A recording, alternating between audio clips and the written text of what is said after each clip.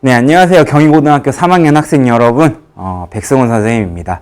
지금 코로나19 사태 때문에 휴업이 굉장히 장기화돼서 학업에 굉장히 힘들 거라는 생각이 들어요. 그래서 여러분들한테 조금 도움을 드리고자 본 영상으로 수업을 좀 준비해 봤습니다. 선생님은 이번 학기, 즉 올해까지 기하 수업을 맡게 됐는데요. 기하 수업이라는 기하라는 과목이 여러분들한테 조금 특징적으로 다가와서요. 그거에 대해서 이제 좀 말씀을 드리고 여러분들의 궁금증을 좀 해소시켜 드리고자 요 동영상 강의를 준비를 했습니다. 강의에 앞서서 몇 가지 공지사항 전달할 것들이 있어서 여러분들한테 그거 말씀드리면서 수업을 진행을 해볼까 합니다. 네, 첫 번째로는 개념 진도에 관한 내용이에요.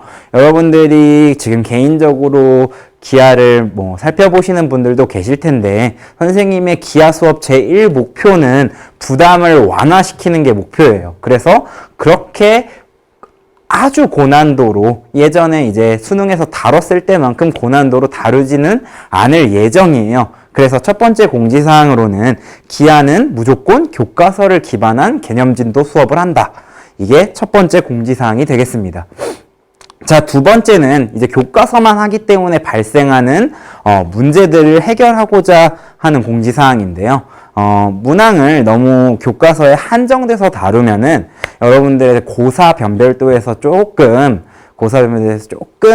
힘들 수가 있어요. 그래서 소단원별로 여러분들이 부담이 좀 적게 하기 위해서 한 소단원별로 교과서를 기준이에요. 소단원별로 8개에서 한 10개 정도 되는 문항을 추가 문항으로 준비해가지고 여러분들한테 공지할 예정이에요. 일종의 문제은행식으로 여러분들한테 공지를 할 예정이고, 이 역시나 시험 범위에 포함돼서 여러분들에게 다뤄질 예정입니다. 자, 첫 번째로 기하는 교과서로 진도를 나간다. 두 번째는 문제가 조금 변별도가 없을 수 있으니 조금 난이도 있는 문항은 추가 자료를 통해 하지만 교과 진도를 나가는 정규 수업 시간에 최종적으로 다룰 예정이다 라고 이제 생각을 해보시면 되겠습니다. 그래서 지금 휴업 중에는 개념 진도를 나가는 영상을 올려줄 거고, 추가 자료는 인터넷에 업로드를 할 거예요. 그래서 개인적으로 풀어보셔도 되고, 학교에 돌아오시게 되면 걔를 복습하면서 할 예정이니까 부담 없이 학습을 하시면 되고요. 학교에 돌아오게 돼서 수업을 진행을 할 때는 개념 진도는 선생님의 정규 수업 시간에 하고, 그 다음에 추가 과제로 나눠드린 그 8개에서 10문항 정도 되는 추가 학습 자료에 대한 풀이 영상을 여러분들에게 올려서 여러분들이 좀 개별적으로 본인의 수준에 맞게 학습할 수 있도록 도움을 드릴 예정입니다. 자, 여기까지가 이제 기하 수업에 관한 내용이고요. 두 번째로는 이제 세 번째 공지사항이죠. 세 번째로는 수행평가와 관련된 내용이에요. 작년에도 이제 미적분이나 수학2, 수학1, 확률과 통계 보고서 봤잖아요. 올해 기하에서도 보고서를 작성을 하는데 여러분들이 수업 시간을 충분히 할애해서 보고서를 작성하고자 해요. 그래서 부담을 낮추면서 여러분들이 보고서를 작성할 수 있는 방법이 뭐가 있을까? 선생님 생각을 해봤는데, 정규 수업 시간에 교과서에 대한 개념 진도를 빠르게 나가고, 너무 힘주지 말고 빠르게 나가고, 그 다음에 남는 시간을 할애해서 보고서를 작성을 하려고 해요. 그래서 고사 범위까지 개념에 대한 내용들을 빠르게 배우고요. 제 생각에는 약 한 달여 시간 정도를 남겨서 보고서를 집중적으로 작성할 예정입니다. 기하와 관련되어 있는 내용으로 주제를 잡아야 되기 때문에 개념 진도를 나가지 않고 할 수는 없을 것 같아요. 그래서 개념 진도 나가고 보고서를 수업 시간 중에 주 3회 수업이 있는데 그 3회 시간 중에 자료 조사도 하고 그 다음에 회의도 하고 할 수 있도록 할 예정입니다. 그래서 여러분들이 최대한 개인 시간 투자를 최소화하면서 정규 수업 시간 내에서 수행평가를 할 수 있도록 도움을 주고자 합니다. 자, 공지사항은 숙지가 잘 되셨죠? 총 3개인 거죠. 개념 진도는 교과서로 나간다. 다음에 추가 문항이 있을 수 있는데 단계적으로 학습할 수 있도록 도움을 주겠다. 자, 세 번째는 수행평가는 정규 수업 시간을 할애해서 충분히 시간을 줄 예정이다. 자, 요 세 개를 잘 기억을 해두시고 자, 본격적으로 수업을 시작해 보도록 하겠습니다. 자, 여러분들이 배울 내용은 기하예요. 자, 기하 내용 수업을 함에 있어서 약간의 이제 교보제 자료를 준비를 했어요. 자, 보도록 하겠습니다. 아주 깔끔하죠. 프레젠테이션 자료를 준비해서 같이 보면서 수업을 시작해 보도록 하겠습니다. 자, 이제 시작해 보도록 할게요. 자, 오늘 수업은 총 5단계로 이루어져요. 첫 번째로 본 거는 기하학과 2차 곡선이라고 되어 있는데, 이거 뭐냐면은 기하학의 발전사에서 이제 2차 곡선이 어떻게 되는지, 어떻게 나타나게 되는지를 쭉 학습하면서 우리가 뒤에 어떤 방식으로 수업을 해야 될지를 좀 보게 될 거예요. 자, 두 번째는 오늘의 수업 목표죠. 여기서부터 본격적인 교과 진도와 연관이 있어요. 그래서 오늘 같은 경우에는 포물선에 대해 배우기 때문에 포물선에서 어떤 것들을 학습하게 되는지를 보게 될 겁니다. 세 번째로는 이제 포물선에 관한 내용인데요. 포물선에 대한 정의, 그 다음에 성질, 그 다음에 얘를 방정식으로 나타냈을 때, 얘를 좌표평면에 나타냈을 때 하는 이러한 교과적인 내용을 배우게 될 겁니다. 그 교과적인 내용을 기반으로 문제를 해결하는 두 가지의 단계를 준비해서 오늘의 수업을 진행을 해보도록 하겠습니다. 자, 기하학. 기하하면은 근본이 되는 학문이 기하학일 거 아닙니까? 그래서 요 단어를 안 보면서 시작하기에는 좀 무리가 있을 것 같아요. 자, 기하학이라는 단어 한문으로 이렇게 써놨지만 역시나 이 근간이 되는 내용을 보려면 영어를 보지 않고는 말을 할 수가 없을 것 같아요. 자, 지오메트리라는 단어. 사실 이게 하나의 단어로 되어 있지만 두 개의 뜻을 두 개의 뜻이 합쳐진 단어라고 생각을 하고 보면 우리가 기하학에서 뭐 하는구나 라고 이제 생각할 수 있는지를 알 수 있거든요. 자, 지오메트리라는 단어는 두 가지 뜻을 지닌 어근의 합성어라고 생각을 하시면 돼요. 첫 번째로 지오는 땅을 말하는 거고요. 메트리는 미터라는 뜻은 아시죠? 길이를 내는 거잖아요. 그래서 이걸 측량한다라는 말입니다. 요게 이제 근간이 되는 기하학의 근간이 되는 이 시작된 시점을 보면은 요 단어가 왜 태어났는지를 알 수 있어요. 지오메트리. 어디서부터 이제 시작을 했냐? 이제 고대 이집트로 건너갑니다. 과거로 가는 거죠. 고대 이집트에서는 나일강이 범람하고 이제 물이 빠짐에 따라서 경작지로 사용할 수 있는 공간을 사람들에게 재분배해야 되는데 정확히 같은 양의 같은 면적의 농경지를 주어야 하잖아요. 그렇기 때문에 누가 조금 받고 누가 더 받으면 안 된다라는 거죠. 그렇기 때문에 땅을 정확하게 측량을 해서 이것들을 분배시켜서 나누는 학문에서 시작이 되었다라고 보는 겁니다. 그렇기 때문에 고대 이집트에서는 굉장히 경험적인 성격을 띠게 돼요. 그래서 근사값을 계산하는 방법이라든지 아니면 도형의 크기의 근사값을 구하는 방식이라든지 부피를 구하는 방식이라든지 이런 것에 대해서 굉장히 심도 있게 연구를 하기 시작을 하는 거죠. 근데 요게 시작은 땅의 측량으로 갔으나 지중해를 넘어가기 시작하면서부터는 조금 다른 성격을 띠게 되는 거예요. 자, 그리스로 넘어가면 그때 이제 주로 이제 생각을 했던 방식을 보면 그러니까 사유라 함은 논리적인 사고를 하는 방식인 거겠죠. 그런 사고를 하는데 익숙해져 있었다라는 거예요. 이집트에서는 이거 나왔으니 됐어. 이 정도면 우리에게 충분히 유효해 라고 했다면 그리스에서는 이건 논리적으로 타당해야 돼. 우리가 어떻게 하면 좀 더 타당하게 만들 수 있을까라는 좀 더 추상적인 성격, 논리적인 성격의 학문들이 발달하기 시작됐다라는 거죠. 그렇기 때문에 도형의 부피나 크기를 측량하는 것뿐만 아니라 해당되는 도형의 성질을 파악하는 예를 들어서 합동을 나타낸다거나 비례를 나타낼 때 얘의 비는 이렇다. 얘네 둘은 이렇기 때문에 합동이다라는 연역적 사고를 좀 더 강조하게 되는 학문으로 바뀌게 된 것이죠. 그래서 후대로 쭉 이런 발전사를 발전사를 밟으면서 나오게 된 최종적인 정의는 다음과 같아요. 기하학이라 하면 우리가 이제 뭘 말할 거냐? 선, 면, 도형과 같은 기하학적인 대상.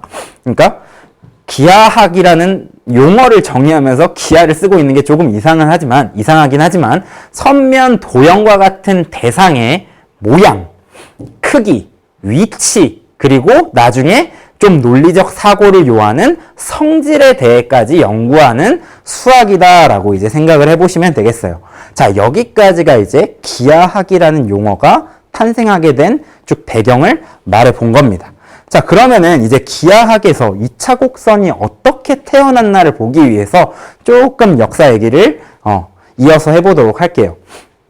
기원전 한 200년에서 300년가량으로 한번 넘어가 봅시다. 이때 두 이제 수학자, 뭐 철학자이기도 하고 다른 학자이기도 하지만 두 명의 이 수학자가 나타나요. 어떤 수학자냐면 메나이크모스라는 수학자가 있고요. 그다음에 아폴로니우스라는 수학자가 있어요. 메나이크모스 같은 경우에는 지금 제가 얼굴 사진을 못 구해서 저기 물음표로 해놨고요. 오른쪽에 있는 사람이 이제 아폴로니우스인 거죠. 이 두 학자 같은 경우에는 도형의 곡선의 규칙성에 대한 연구를 진행을 하게 되는데요.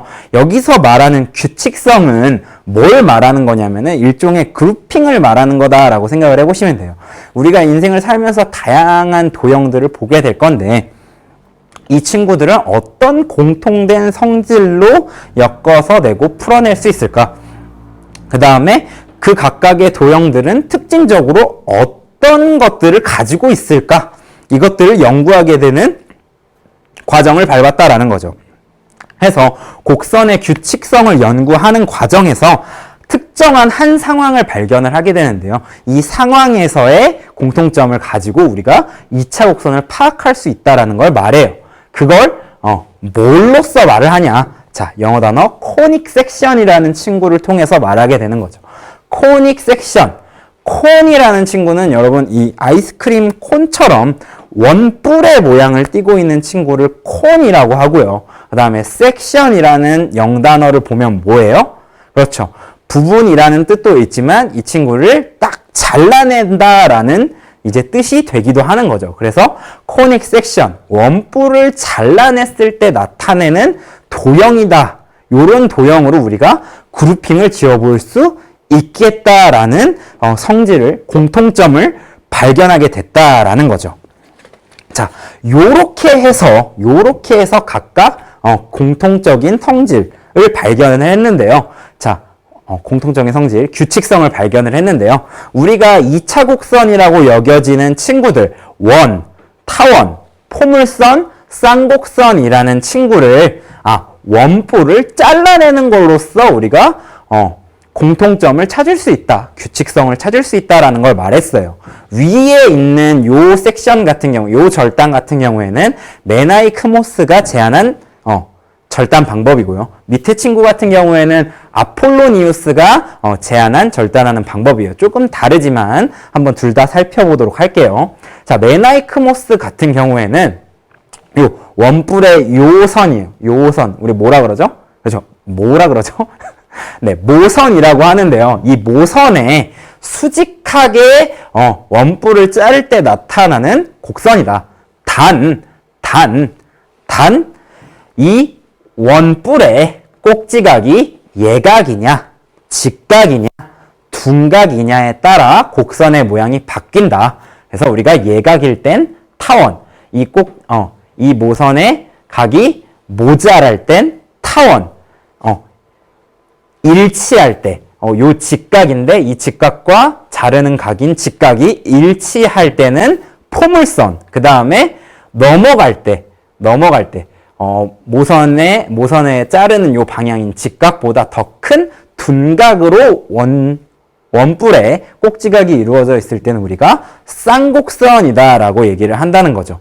자, 요거를 이제 아폴로니우스는 공통된 원뿔을 자르는 걸로 나타냈는데요. 어떻게 자르는 걸로 나타냈냐면 이제 원까지 포함을 하려면 우리가 밑면에 고정된 원뿔의 밑면에 평행하게 잘랐을 땐 원이 나타나고요. 이거 당연하겠죠.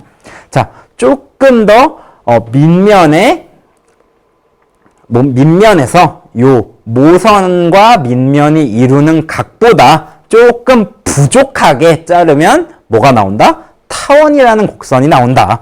그 다음에 우리 모선의 각도와 모선과 밑면이 이루는 각도와 일치하게 자른다라면 우리가 포물선이 나온다라고 하고, 그 다음에 모선과 밑면이 이루는 각보다 초과해서 자르면 쌍곡선이 나온다. 그래서 각각의 이름을 이 부족하다, 일치하다, 초과하다의 뜻을 따서 이름을 붙이게 된다라는 거죠. 뭐 엘립스, 파라볼라, 하이퍼볼라라고 해서 붙였다라고 한다라는 거죠.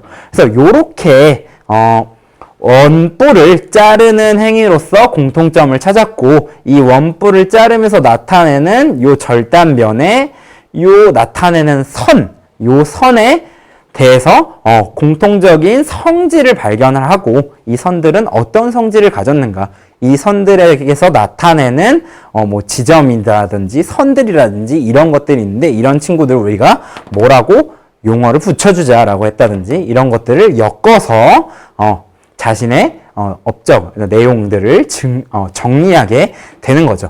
요렇게 그리스에서 초과해서 자르게 되면 뭐 쌍곡선이 된다. 이런 식으로 추상적으로 이제 정리된 내용들은 논증기하의 입장에서 발전을 하게 돼요. 여러분들 논증기하라고 얘기를 하면 뭘 이제 생각을 하게 되면 되냐면 중학교에서 배웠던 도형에 관한 입장에서 생각을 하게 돼요. 두 평행선을 긋고 뚫고 지나가는 하나의 직선을 그었을 때 억각의 크기는 뭐 같다. 이런 것들을 이제 논리적 사고를 이용해서, 연역적 사고를 이용해서 단계를 거쳐 증명해 나가는 이제 내용들이 있는 거죠. 여기서도 이제 잘라내는 정의만 봤지만 다른 뭐 안에 구를 넣었을 때 요렇게 면을 자르게 되면 이 친구는 타원이다. 요것임을 이제 연역적 사고를 이용해서 스텝을 밟아서 증명하는 방식으로서 논증기하적 입장에서 여러분들 발전하게 된다라는 거예요. 그러면 우리가 이 논증기하 너무 열심히 해야 되느냐? 그거의 입장에서 봤을 때 앞으로의 배우는 기하 수업은 논증기하적 입장보다는 좀 더 다른 쪽에서 다른 쪽에서 포인트를, 핵심을 잡고 넘어가게 돼요. 이게 왜 그렇게 되느냐? 다음 단계로 이제 거치면 그 내용을 얘기할 수 있게 돼요. 자, 르네 데카르트라는 사람이 등장하기 때문인데요. 1600년 정도 되잖아요. 1596부터 1650이면 한 1600년대쯤 돼서 활동했던 사람이라는 건데, 기원전 200년. 이게 1800년이 흐르면서 논리적인 사고를 요하는 논증기하적 입장에서 조금 전환이 일어나는 시점이 나타난다라는 거죠. 그게 르네 데카르트 때문이에요. 자, 르네 데카르트가 뭘 얘기했냐? 그쵸. 자, 데카르트 하면 뭐? 좌표평면을 빼놓고 얘기를 할 수가 없겠죠. 그래서 여러분들이 다루는 논증기하적인 그 연역적 사고를 요구했던 그 막 되게 어려웠던 그 기하에 대한 내용들을 다 어디로 옮겨서 이제 설명할 수 있다는 거예요? 좌표평면과 식으로 이제 옮겨서 설명을 할 수 있다라는 걸 이제 데카르트가 얘기를 해주었다라는 거죠. 자, 요렇게 해서 얘기를 해준 2차 곡선에 대해서는 요렇게 얘기를 해주는데요. 두 미지량을 갖는 부정방정식은 자취에 대응한다. 지금 일반식이라는 친구가 잘 안 나와 있잖아요. 두 미지량을 갖는 이 부정방정식이 뭐냐면 y제곱은 ay-bxy 더하기 cx-dx제곱이라고 생긴 요 x와 y라는 두 미지량을 갖는 부정방정식, 해가 일정하지 않은 요 방정식이 자취에, 그러니까 무언가 그림에 대응될 수 있다라는 걸 얘기해 준다라는 거죠. 그게 무엇이냐? 2차 곡선이라는 거죠. 그리고 이 자취를 어디에도 표시를 할 수 있다는 거예요? 그렇죠. 좌표평면 위에서 표시할 수 있다라는 거예요. 그럼 우리가 이제 핵심적으로 봐야 될 내용들은 저 논증기하적 측면이 아니라 어떤 측면이 되겠어요? 자, 이 부정방정식의 입장에서 다양한 2차 곡선들을 바라봐야 된다라는 거죠. 자, 여기에서 이제 한 스텝 거쳐왔다면 요거를 이제 좀 더 심플하고 깔끔하게 바꿔주는 사람 한 명이 더 등장하게 됩니다. 약간 바로 다음 세대인데요. 바로 존 월리스예요. 존 월리스는 이제 무엇을 얘기했냐면은 원뿔곡선이라는 형태가 이렇게 두 미지량을 갖는 요 부정방정식 모양 말고도 다른 방식으로 정리될 수 있다. 왜? 2차 곡선을 좌표평면 위에 나타내다 보면 굉장히 다양하게 나타낼 수가 있겠죠. 예를 들어서 좌표평면에 있는데 이렇게 뭐 포물선 이렇게 나타낼 수도 있을 거 아니에요. 우리가 기존에 알고 있는 모양과는 좀 더 다른 이 기울어진 모양이 나올 수 있다라는 거죠. 근데 이 기울어진 친구도 사실은 어떻게 돼 있는 거예요? 요 꼭지점 1로 보내고 전체적으로 이렇게 회전을 시키다 보면 어차피 이렇게 생긴 곡선이랑 똑같은 곡선이잖아요. 그러니까 우리가 하나 정도의 곡선을 살펴볼 때는 이렇게 기울어서 살펴볼 필요가 없이 얘를 딱 일치시켜서 우리가 가장 쉬운 형태로 바라보는 형태로 나타낼 수 있다라는 거죠. 그래서 이런 방식을 좀 더 심플하게 세 개의 타입으로 바꿔서 나타내주게 되는 거예요. 그래서 포물선에 관련된 식, 그 다음에 타원에 관련된 식, 쌍곡선에 관련된 식을 좀 더 간단하게 고쳐준다라는 거죠. 예를 들어서 포물선에 관련된 식은 자, 이렇게 바꿔주게 된다라는 거죠. 포물선에 있는 요 세로축의 좌표는 가로축의 좌표를 통해서 특정한 값을 곱해서 나타내 줄 수 있다. 뭐 이런 식으로 조금 더 이 어려운 형태를 여러 개의 세 갈래로 쪼개서 얘기를 하긴 하지만 조금 더 쉬운 형태로 우리가 설명할 수 있다라는 것을 얘기해 주게 되는 게 월리스가 말한 내용입니다. 그래서 우리는 이제 이렇게 어렵게 생긴 요 방정식이 아니라 표준형으로 제시되는 요런 방정식들에 대해서 논할 거고요. 자, 요 흐름을 쭉 이어서 나온 것들이 바로 기하 교과서에 나오는 내용이 되는 겁니다. 그래서 우리가 정리해서 살펴보면 이렇게 세 단계를 거쳐서 말을 할 수 있을 것 같아요. 첫 번째, 2차 곡선을 배우면서 해야 될 일 첫 번째. 자, 각 곡선의 기하적 의미와 성질을 함께 파악한다. 용어와 함께 기하적 의미와 성질을 파악하는 거예요. 요거 같은 경우에는 어떤 내용에 이제 연관이 돼 있는 거겠어요? 어떤 단계의 역할이 돼 있는 거겠어요? 자, 고대 그리스의 측면에서 봤을 때 이 친구가 어떤 논리적 성질을 가지고 있는지를 파악하는 것이 첫 번째로 해야 될 일이죠. 그래서 여기는 그리스 단계에 해당이 되는 거고요. 자, 이제 이걸 넘어와서 무언가를 해야 돼요. 우리가 얘를 표현해 줘야 된단 말이에요. 그 표현은 어디서 나왔다고요? 그렇죠. 중세 이후에 중세부터 이제 벌어지게 되는 데카르트 이후에 있었던 사고, 데카르트와 월리스의 사고 방식으로 우리가 이 친구를 식과 그래프를 이용을 해서 나타낼 수 있어야 되고 그 안에서 사실 성질을 조금 더 심플하게 표현할 수 있어야 된다라는 게 여러분들이 해야 될 일이다라고 이제 생각을 해보시면 되겠습니다. 그리고 이렇게 두 개를 파악한 다음에 뭘 해야 되겠어요? 관련돼 있는 문항을 성질을 잘 파악하고 있는지, 식으로 나타낼 수 있는지, 그래프를 그릴 수 있는지 이런 것에 대한 문항을 풀어보는 게 여러분들이 기하학을 내용을 배우면서 해야 될 일이다라고 이제 생각을 해보시면 되겠습니다.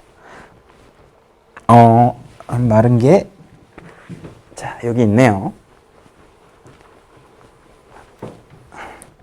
자, 칠판을 지워보고 본격적으로 이제 수업을 시작해 보도록 하겠습니다. 자, 오늘의 수업 목표는 다음과 같아요. 첫 번째는, 오늘의 수업 목표, 2차 곡선 포물선 소단원을 배워볼 건데요. 첫 번째는 포물선의 뜻을 말할 수 있다. 우리가 포물선의 기하적 의미를 말할 수 있다라는 말이겠죠. 자, 두 번째는 포물선의 방정식을 구할 수 있다. 포물선의 초점의 좌표, 주문선의 방정식 구할 수 있다. 포물선의 그래프를 그릴 수 있다. 해서 기하적 성질과 얘를 식과 그래프로 나타낼 수 있는 요 네 가지 목표를 가지고 이번 수업 진행을 해보도록 하겠습니다. 조금 쉬었다가 수업 진행을 해보도록 할게요.